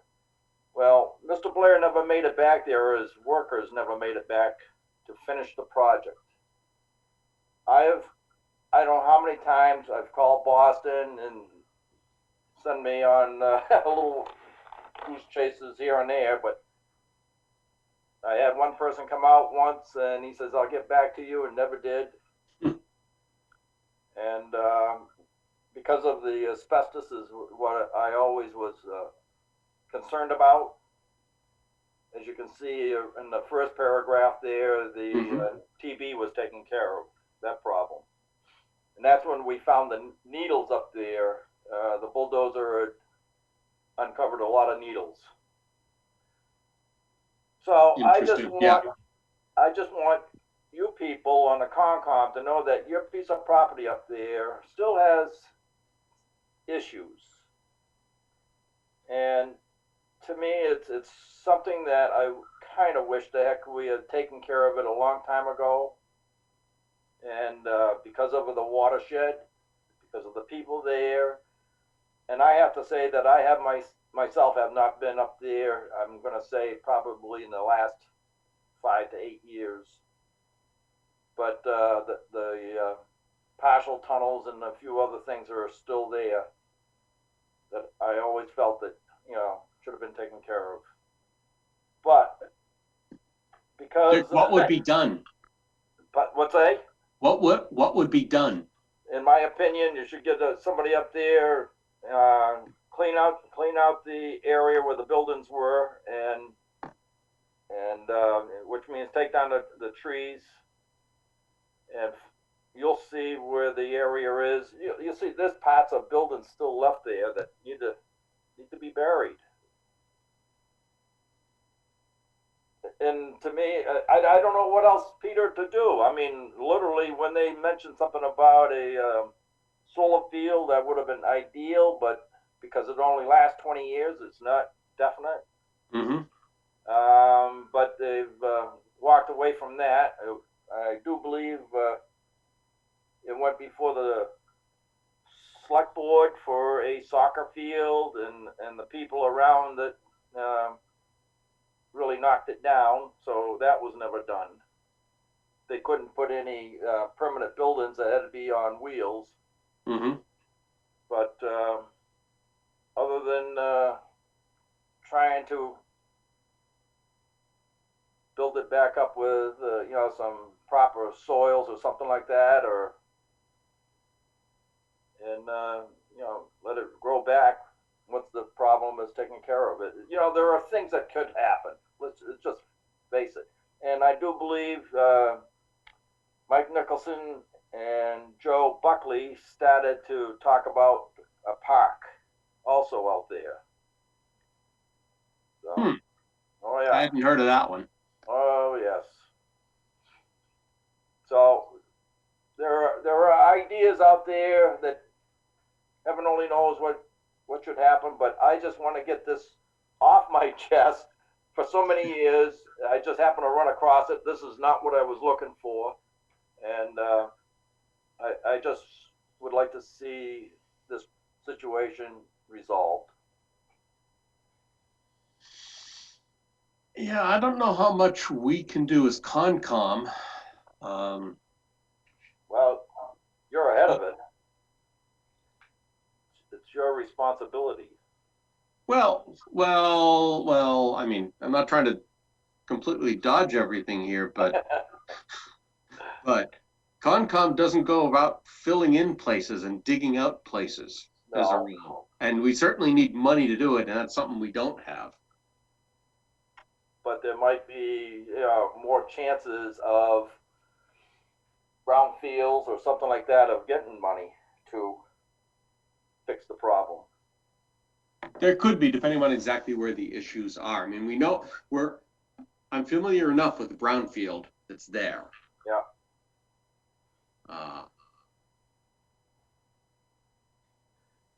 Well, I can certainly talk to Joe to see what he knows about what's happening there. And Dick, maybe you and I should just take a long walk there so you can show me everything you're talking about, because I'm not familiar with all the things there. Okay. And then we'll see what we can do. Yeah. We'll do it in the springtime. That's a good idea. Yeah. Are you even in the Commonwealth right now? Yes, I am. Ah, okay. If I knew how to turn my picture on, you can see that I'm upstairs in the general store. Ah, okay. No, that says Peter Crane, wrong one. I can confirm. I saw Dick in person yesterday. Ah. All righty. Well, thank you very much. You're very welcome, Dick. We'll chat. We'll get together on this. Hey, do you know when the next sidetrack question? Do you know when the next RDIC meeting or HPDD meeting is? 20th. 20th of January. Yes. Yes. Okay. Thank you. I just need to plan people to do all the staffing. Okay. Thank you very much. Thank you. Yeah. Have a good evening. You too, Mr. Maintenance. I see that your hand is raised. Hi, Peter. Yeah, I'm just reaching out. I sent an email last week. Tamika confirmed receipt and said to join the meeting. I wasn't sure if anything from that email would be discussed on tonight's meeting. Yeah, it never made it onto the agenda. And that is not Tamika's fault. Let me be clear. The amazing Tamika Murphy did not mess up here. She sent me questions. She sent me actually a copy of the email, which I haven't even fully read yet. But in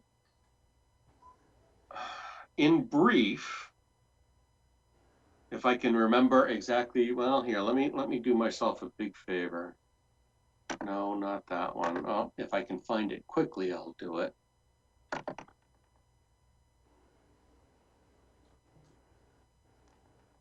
No, it's not there. No, it's not that old though.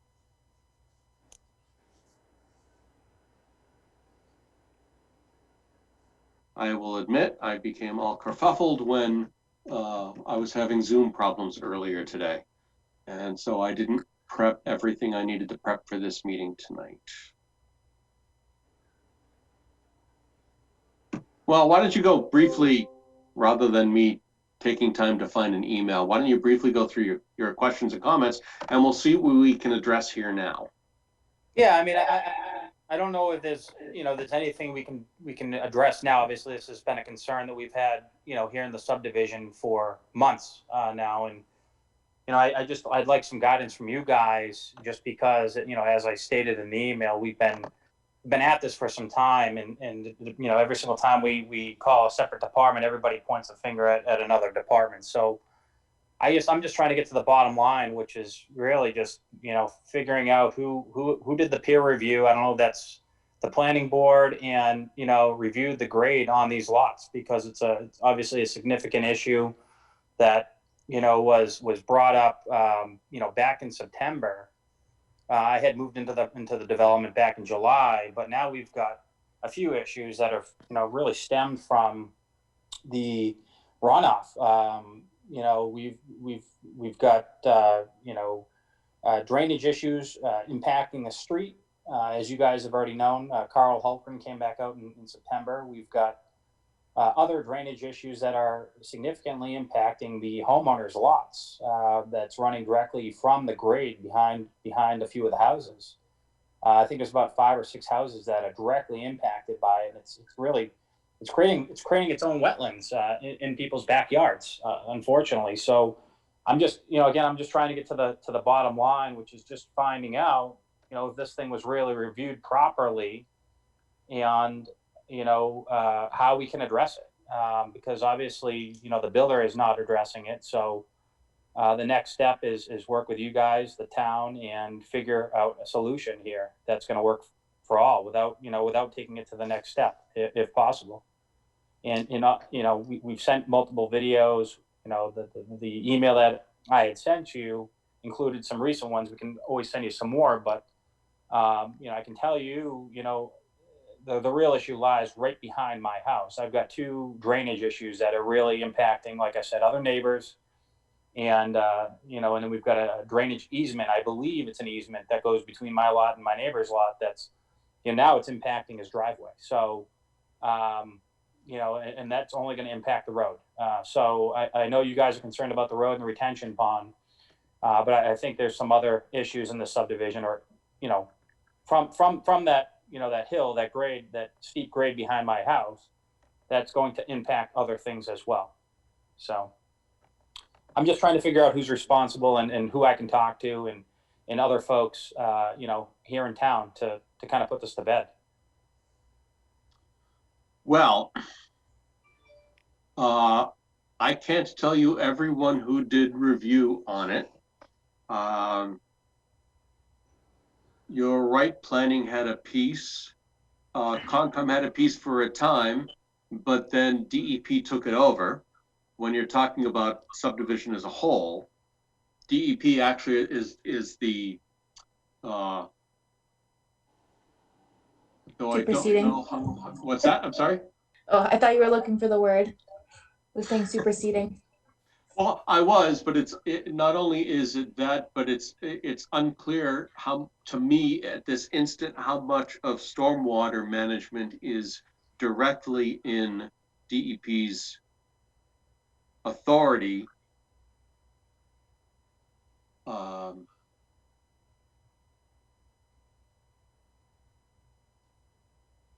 Let's I think I looked at your property the last time I was there. Does your property have the swale on it leading down the hill? It does.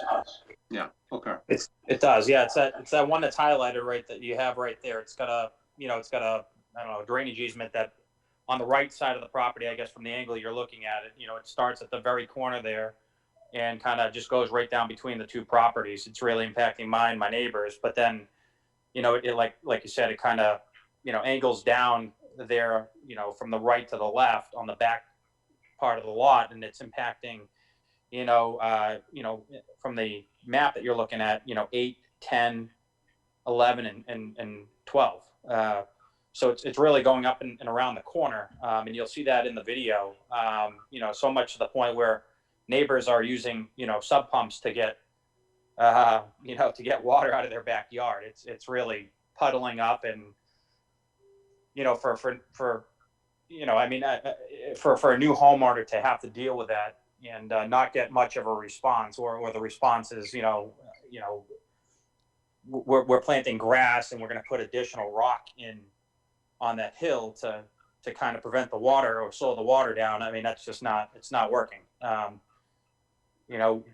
We've grown grass here. There's been no, it hasn't slowed the flow of water down whatsoever. It's actually just, basically retained all the moisture in the backyard. I mean, it's like a swamp back there. It's pretty soft. It's mossy. It's very wetland-like in your backyard. So, it just doesn't make sense. I mean, it really doesn't make sense. I feel that whoever did the review on these lots just completely ignored the grade issue. And like I said, it's not just the drainage issues, but now we've got young kids that are running around the subdivision, and obviously, there could be some safety concerns there as well. So.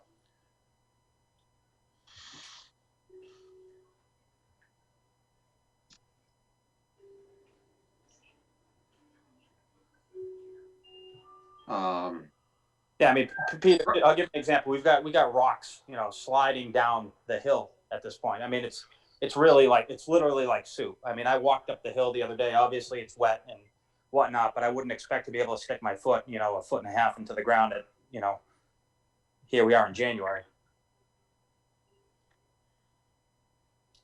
Yeah, does the commission have any thoughts about this? Because I honestly don't know what to do. In that, I don't know who to point you towards. I don't know who can give you any relief.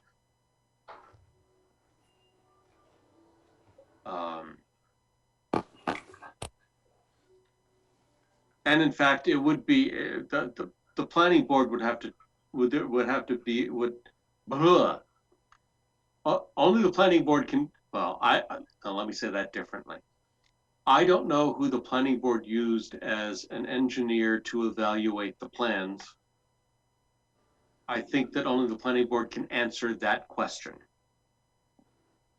But I don't know that hydrology was one of the elements they would have used in their evaluation, but I don't know that it's not.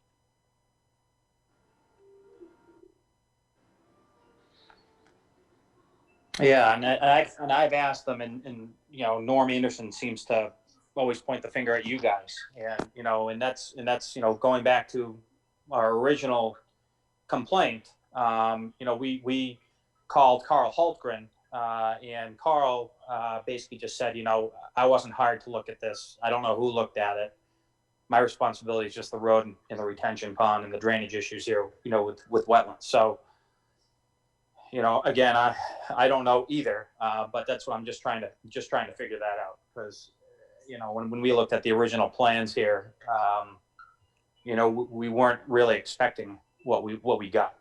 So, and I know that's not your problem, but it's really impacting, each of the homeowners here. So. I can reach out to DEP to see if they used an engineer to evaluate the hydrology and the hydraulic flows and how it all gets into the storm sewer system. Okay. I'll reach out. I'll see if I can at least find out who did that for them, if anyone did. Sure. And in fact, I mean, Concom did originally own part of this, so I'll have to, this predates my time on Concom, so I need to find people who were around then to know who would have, if we had hired an engineering firm to evaluate that. I don't know that we did, and I don't know that we didn't. We, the Conservation Commission. I can ask. I know who to talk to about that. All right, thank you. I'll see if I can find an engineer who did some work for us, for somebody. Thank you. You're welcome. I see, having opened up public comment, that we have a couple more oh, one's disappeared. Oh, there he is. So I believe that Keith Sell was first, so I'm going to let him come in, and then we'll get to 8 Aiken. So please name and address, Keith. Hi, yes, Keith Bishop, 59 Woodside. If you're looking at this map here, number 11. I'm actually the home that was using the sub pump. Oh, that's weird. It's not updated to be my name. That's who we bought the house from. Yeah, so I just was going to offer, it's COVID time, so I'm working from home all the time. So anytime you guys wanted to come out and do a walking tour, as you were driving by, you alluded to sort of a rock feature where there's some drainage, but that's not actually where the water is coming from. It's coming from the top of the hill running down. While the water coming down that rock feature is causing issues between Steve, the gentleman who just spoke, and house number 6 down their property line, the vast majority of the water that's flowing down and into the storm drain that's at the end of my driveway is coming from the areas where you see, I don't even know what you want to call them there. They're the 9.03 and the 9.04. So where that property line is between 10, 8, and whatever Steve's house is, mine house there, 11, it's all just pouring into my backyard. I had, during the last snow melt, spanning from the right to left side of my property in the backyard, 4 inches of standing water, which was partially trapped because of snow, and I had to sort of tunnel out a way for it to drain into the storm drains, but it did require a sub pump being used for 8 to 10 hours to be able to eliminate some of that water. But anyway, long-winded story short, I'd love to give you through a walkthrough of where the water is coming through, so at least as you're talking to other parties, you can give them more direct information. All right, we'll see what we can do about getting out there and taking a look at that. Great, thank you.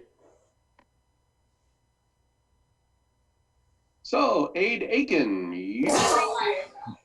All right, 57 Woodside Avenue. So I'm next to Keats, and obviously we all have the same issue here. And I probably have been here the longest with that issue right now, almost 2 years. I had to replant almost all my backyard this year. It's certain I have to do the same again this spring. So I mean, I did last year. I probably have to do the same this spring because we're going to lose all the grass on that side again. But my question is, when this is not the first subdivision in this town, there's a lot.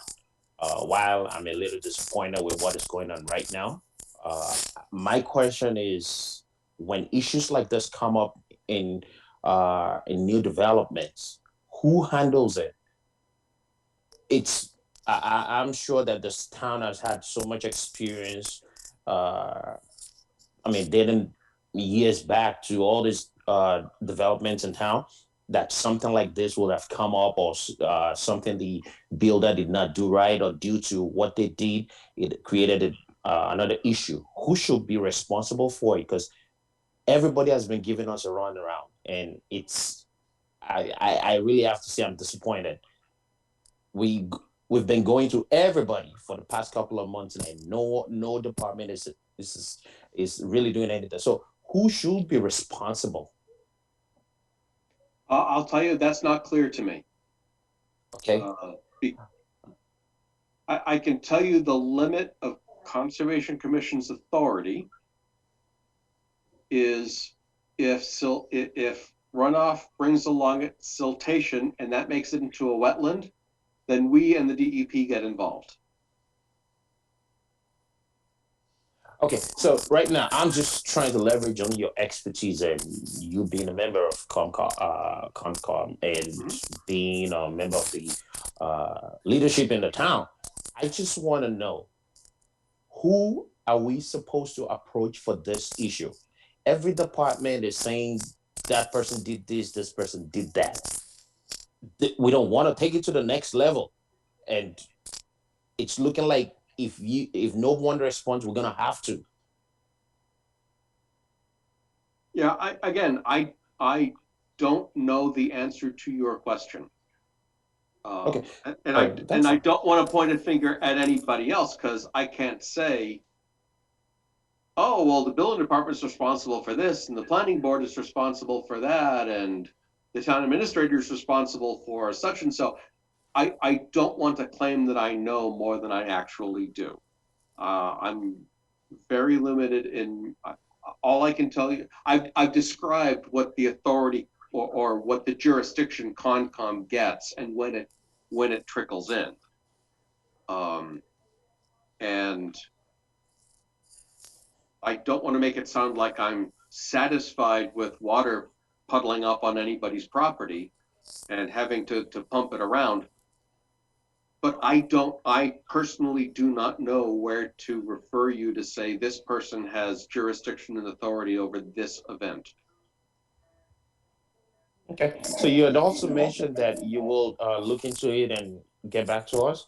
Yes, I will see what I can learn about what engineering peer reviews have occurred in the approval process for this subdivision.